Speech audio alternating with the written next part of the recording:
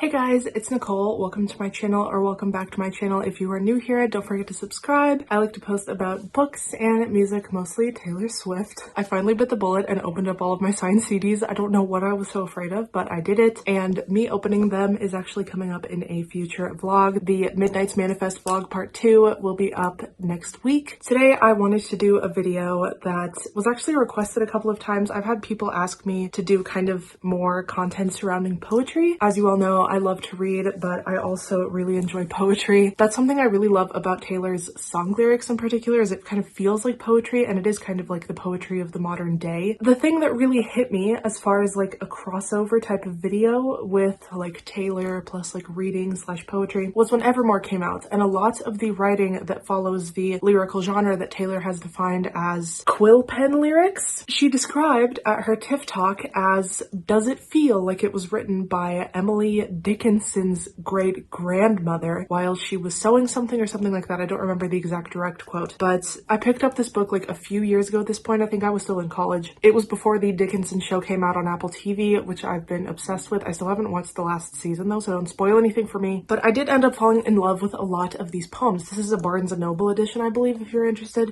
All of my favorite ones I saved in a photo album on my iPad, and then when Evermore came out in 2020, I saw so much of Emily's influence in Taylor's writing in songs like Ivy, for example, but also Evermore, the song, a little bit. Basically just kind of like imagery of nature, but also like death. Emily Dickinson tends to really hyperfixate on death and grief a lot because the time period she was living in, people really were around their older dying relatives and people died very young. So that was something that left an impression on her and came through in her writing. And then we see Taylor having the same kind of influence in a lot of Evermore songs. Yeah, I really wonder if Taylor has like read compilations of her poems like these, but I wanted to share with all of you my favorite ones today. So I thought this would be very appropriate content for the day before Halloween because Emily's writing is so spooky and eerie and death-centered, and it's giving graveyards, the old widow goes to the stone every day. That kind of vibe. Oh, I was listing all the little signature elements of Emily Dickinson's writing. Nature, death, grief, also kind of like depression and being dissatisfied with your life. It's just so sad that Emily, like, I don't think she ever left Amherst, Massachusetts at all, and to think like if she was around today, she would probably be one of the most celebrated lyricists. She'd probably be collaborating with Taylor Swift. She would have been featured on Folklore or Evermore as a writer. It just like hits me. Like, I don't know, I really resonate who she seems to have been, and I feel sorrow that she couldn't have been born in a different time, especially because it really seems she had something going on with her best friend Sue, and that's kind of communicated through the TV show. I love a good sapphic love story. I'm literally straight, but I've been so obsessed with consuming love stories between two women. There's something about it that's just so like, I don't even know, but I just truly believe in romanticizing that, and I really like the gay readings that I've been seeing in Taylor's lyrics, but particularly in Ivy, I like to interpret it as Sue and Emily, like them not being able to be together because the world is incredibly homophobic at that point, and it's like this forbidden love kind of thing, and all the imagery of nature and death, and like, it just screams Sue and Emily. I can't, my god, I could go on forever, but basically I'm going to be listing you my favorite poems and kind of breaking them down a little bit in the way that I interpret them. I love a good lyric or line or poem that can be interpreted in different ways. That's what I love about Taylor's writing. Midnight's lyric analysis coming soon, by the way. But yeah, I just want to give you my interpretation, so maybe these poems might be a little more accessible to you if you've never really gotten into poetry. Some of these are definitely things you can't really completely grasp in the first read through, but they're short, and I will be explaining them how I see them today. But don't let that alter your perception if you see them in a different way. They say that time assuages. Time never did assuage, and actual suffering strengthens as sinews do with age. Time is a test of trouble, but not a remedy. If such it proved too there was no malady. Okay, so this might be a little bit confusing for some people. It does feel like when I was listening to Folklore or Evermore the first time, and it felt like I just needed a dictionary. So assuage means to make an unpleasant feeling less intense, so like to heal something. So they say that time heals all wounds, essentially. Time won't fly, it's like I'm paralyzed by it. Oh, the parallels, okay, calm down. But basically Emily's saying that just was not true. Like, time won't fly, it's like I'm paralyzed by it. Oh my god, I could just connect parallels between her lines and Taylor's, and that will make it probably more easier for you to comprehend. That's a good idea, I might do that. An actual suffering strengthens, basically saying that it's kind of like the theory that your grief does not get smaller, you grow around it. So time is like kind of a test to see if it is a real suffering, but it's not a remedy. And if it proves that time is your remedy, then it means there really was no sadness there. This was something that I believe I reshared on my Instagram in a photo dump a little while ago, because I just kept thinking back to this poem when the war started and how I just felt like it was never something I could fully get over. It's completely felt like something that I've grown around. Like, yeah, I'm finally able to kind of sleep a little more peacefully, but it's still just as terrifying, and if I sit and dwell on it for too long, it'll prove that time passing really did nothing to fix that. This one is so disturbing. I love it. I love it. I felt a cleavage in my mind as if my brain had split. I tried to match it seam by seam, but could not make them fit. The thought behind I strove to join onto the thought before, but sequence raveled out of reach like balls upon a floor. What I love about this one is just like the madness of it all. She feels like she's going insane, which is probably not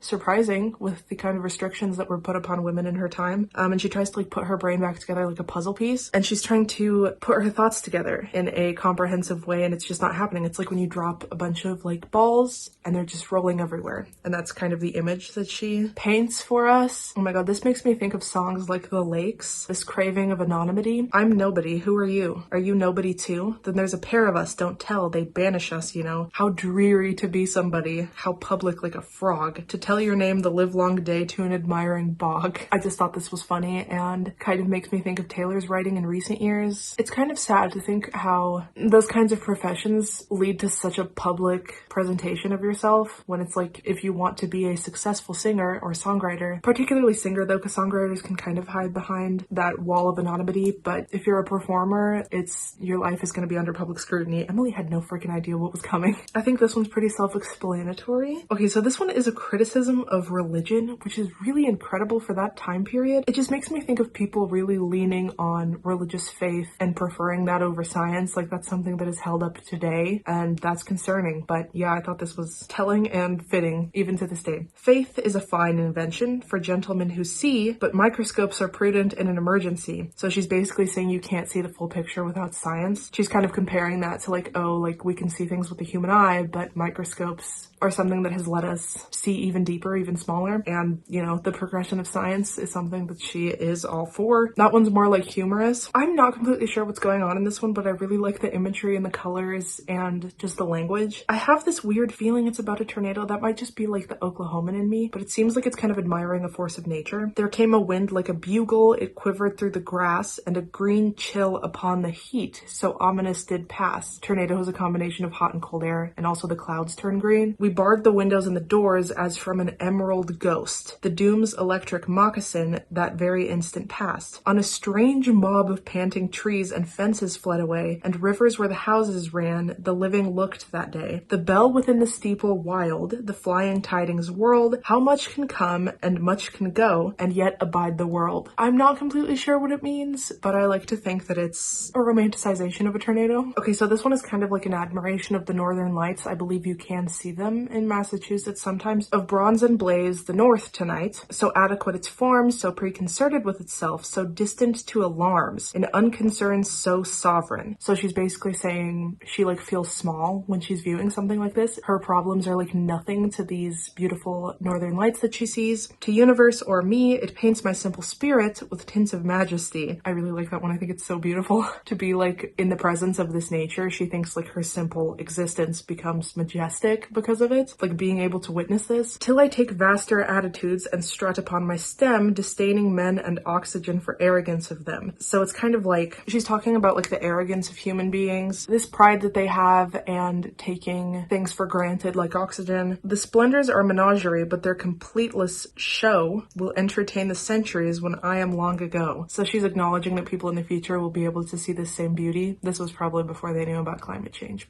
and air pollution, light pollution. That's really depressing. An island in dishonored grass whom none but daisies know. She's calling herself an island, like buried underground. No one knows her but the daisies. She really didn't think she was going to get fame for her poems. I'm ceded. I've stopped being theirs. The name they dropped upon my face with water in the country church is finished using now, and they can put it with my dolls, my childhood, and the string of spools I finished threading too. So this is kind of like a coming of age thing. She talks about her baptism. They dropped the name upon my face with water in the church, and I really love love the first line. I'm ceded. I've stopped being theirs. So it's independence. She's letting go of her childhood, her dolls, the string of spools she's finished threading. You can also kind of analyze this from a feminist perspective, like how girls are playing with dolls and threading spools, and she's rejecting that kind of like gender role. Baptized before without the choice, but this time consciously, of grace unto supremest name, called to my full, the crescent dropped, existence whole arc filled up with one small diadem. So a diadem is like a crown. I don't know if I'm pronouncing that correctly because I only read these words. Nobody like uses these out loud with me. So she's saying she's making her own decisions now, this time consciously of grace. Before these things happened without her own choice. My second rank, too small the first, crowned, crowing on my father's breast. So when she was crying as a child, a half unconscious queen, but this time adequate, erect, with will to choose or to reject, and I choose just a throne. So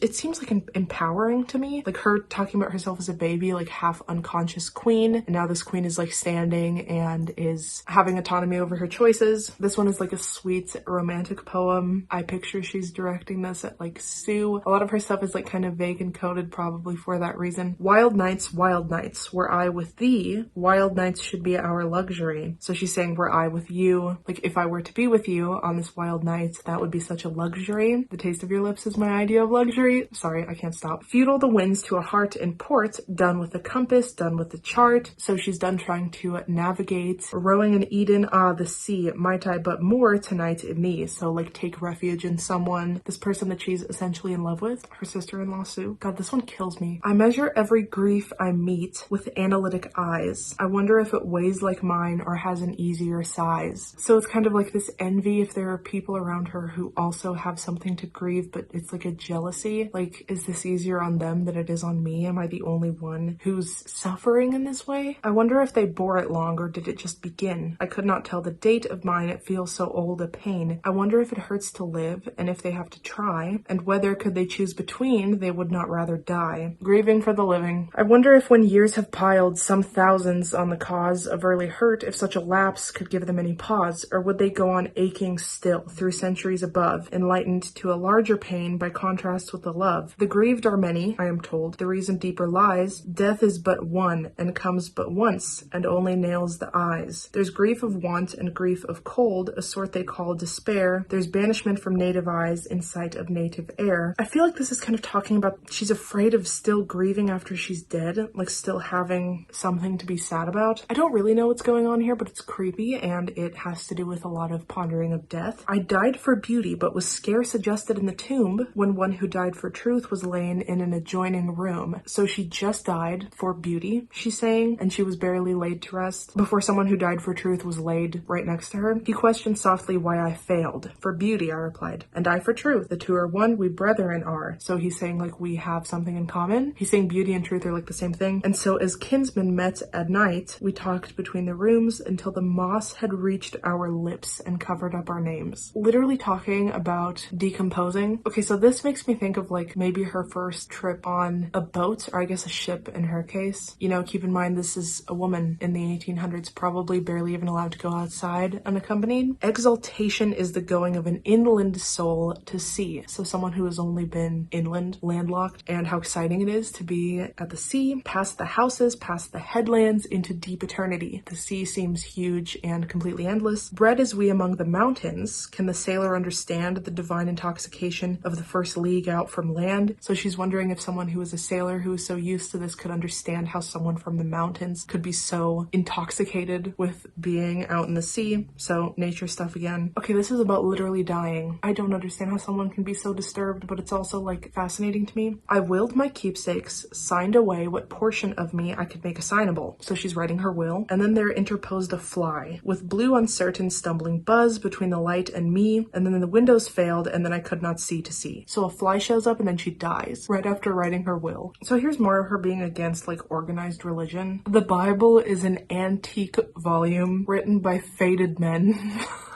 Oh my god, the like feminist. She's like, get these crusty old ass men out of here. The Bible is antique.